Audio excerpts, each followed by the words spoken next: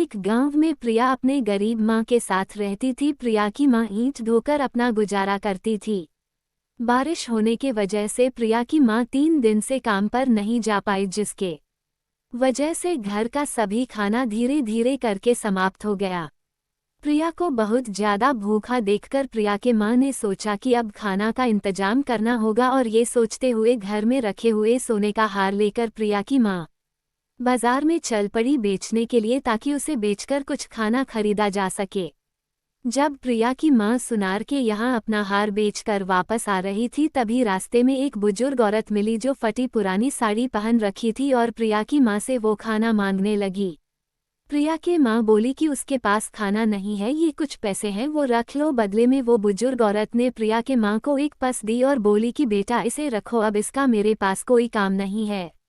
जब प्रिया की माँ उस पस को लेकर घर आई तो प्रिया बोली कि माँ आप खाना लेने गई थी, ये कैसा पस लेकर आ गई, और दोनों माँ बेटी उदास होकर सो गए। सुबह जब नींद खुला और प्रिया के माँ ने उस पस को चेक किया तो उसमें बहुत सारा पैसा था। दोनों माँ बेटी बहुत खुश हुए और वापस बाजार जाकर भरपेट खाना खाया और राशन भी लेकर आए।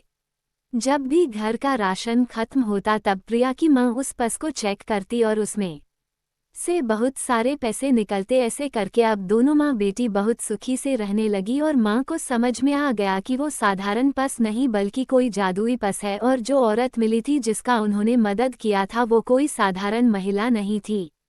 इस कहानी से हमें यही सीख मिलती है कि जो भी भूखा व्यक्ति मिले उसका पेट अपने से पहले भरना चाहिए, क्योंकि आप जो भी पुण्य करते हैं उसका फल हमें भगवान के तरफ से अवश्य मिलता है।